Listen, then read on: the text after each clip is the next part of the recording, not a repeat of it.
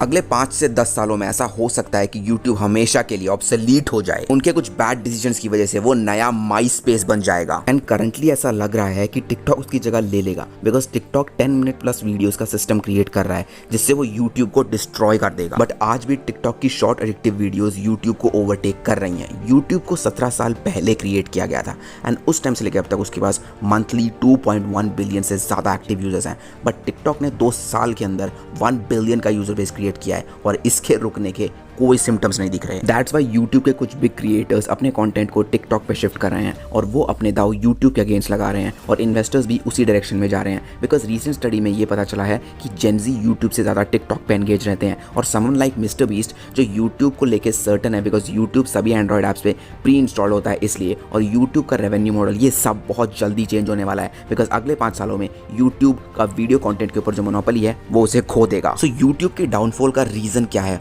और TikTok YouTube की जगह कैसे ले रहा है? इसका मेन रीजन है यूट्यूब अब माई स्पेस बनता जा रहा है। बिकॉज जो भी फैक्टर्स माई स्पेस के डाउनफॉल के लिए रिस्पॉन्सिबल थे वही फोर्सेस आज यूट्यूब के अगेंस्ट वर्क कर रहे हैं। बिकॉज 2009 में फेसबुक ने माई स्पेस को एक्टिव यूजर्स के मामले में ओवरटेक कर लिया था, मार्केट को पूरी तरीके से कंट्रोल कर लिया था और माई स्पेस को डिस्ट्रॉय कर दिया था। एंड इसका कॉमन रीजन था माई स्पेस की पॉपुलैरिटी में ह्यूज डिप जो कॉर्पोरेट इंटरेस्ट से आ रहा था एंड साइट के आउटडेटेड बिजनेस मॉडल की वजह से भी। बिकॉज बैक इन 2006 गूगल ने $900 मिलियन का प्लेज किया था माई स्पेस के साथ, वो भी एक एडवर्टाइजिंग डील में। बट एडवर्ड्स के माई स्पेस पे मास इंट्रोडक्शन और पोरली मैनेज्ड यूजर इंटरफेस की वजह से माई स्पेस जल्दी से एक अगली ओल्ड फैशन साइट बन गई थी। इसीलिए फेसबुक यूजर्स के लिए ज्यादा वायबल ऑप्शन था। हालांकि यूआई से बड़ी प्रॉब्लम ये थी कि एडवर्टाइजर साइट पे इतनी बुरी तरह घुस गए थे कि वो साइट की फंक्शनैलिटी में प्रॉब्लम क्रिएट कर रहा था। बिकॉज अब माई स्पेस एडवर्टाइजर्स के एक्सपीरियंस पे फोकस कर रहा था, ना कि यूजर्स के एक्सपीरियंस पे। इसलिए स्केरिंगली माई स्पेस और यूट्यूब में काफी पैरेलल्स हैं। एंड माई स्पेस के डाउनफॉल का दूसरा मेन रीजन ये था कि वो यंगर ऑडियंस को कैप्चर नहीं कर पा रहे थे।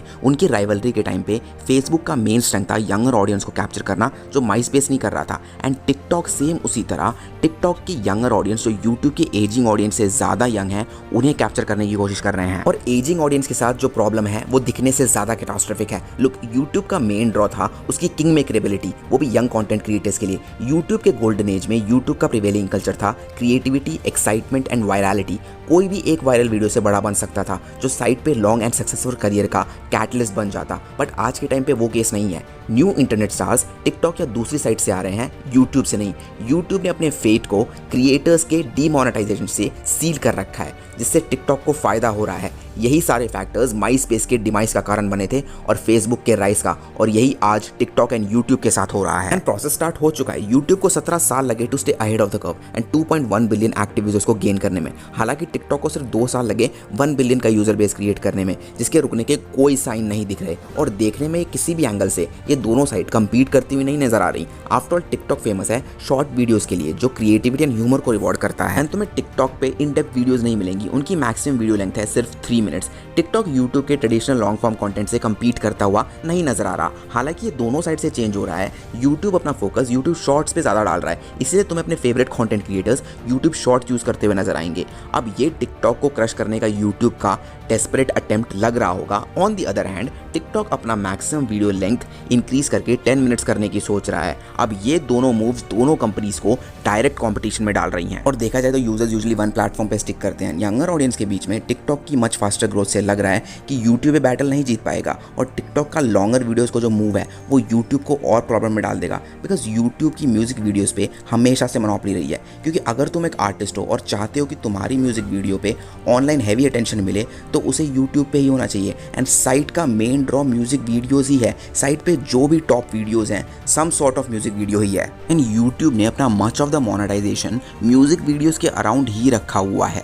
इसका मतलब ये हुआ कि अगर टिकटॉक यूट्यूब के म्यूजिक वीडियोस के मार्केट के डोमिनेंस को इरोड करेगा तो वो यूट्यूब के यूजर बेस का लार्ज प्रोपोर्शन भी ले जाएगा और उसकी इनकम को भी। नाउ ये दूसरा तरीका है जिससे टिकटॉक कमिंग ईयर्स में यूट्यूब का ग्राउंड छीन लेगा। बट कॉफिन में final and most important nail है यूट्यूब का कॉर्पोरेटाइजेशन, जिसने यूट्यूब के क्रिएटिव एज को जमीन पे ला दिया है। करंटली टिकटॉक यूट्यूब के वही पिलर्स छीन रहा है जिसने एक टाइम पे यूट्यूब को सक्सेसफुल किया था। बिकॉज टिकटॉक किसी भी यूजर को ईजिली वायरल कर देता है, वो भी बिना किसी प्रायर फॉलोइंग के। टिकटॉक किसी को भी मिलियंस ऑफ फॉलोवर्स पे पहुंचा सकता है, वो भी बिना किसी शैडो बैनिंग या सेंसरशिप के।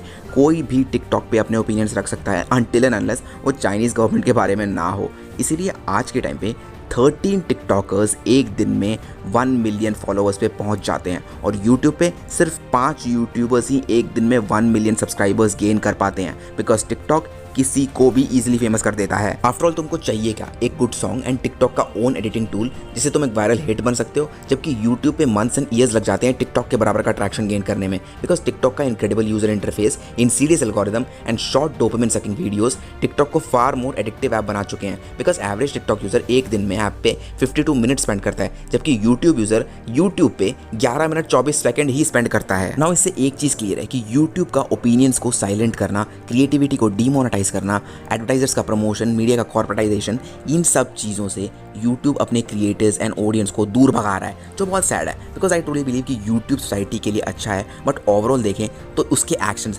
प्लेटफॉर्म को रूइन कर रहे हैं। एंड टिकटॉक के लिए मेरे रिगार्ड्स मच वर्स हैं जो टेक ओवर कर रहा है, because TikTok newer and updated version है खुद को ब्रॉडकास्ट करने के लिए। टिकटॉक वो कर रहा है जो यूट्यूब भूल चुका है, एंड मैं श्योर नहीं हूँ कि यूट्यूब के पास इसका करंटली कोई सोल्यूशन है भी या नहीं। सूजन वोजित्स्की जिसने यूट्यूब को सक्सेसफुल बनाया था, वो उसके डाउनफॉल का रीज़न भी बन सकती है। सो गाइस, अगर तुम्हें वीडियो अच्छी लगी तो मुझे कमेंट करके बताना which was the best part. And अगर तुमने अभी तक मैरिटल रेप पे वीडियो नहीं देखी है तो लेफ्ट वीडियो पे क्लिक करो, और Elon Musk Twitter take over पे वीडियो देखनी है तो राइट वीडियो पे क्लिक करो।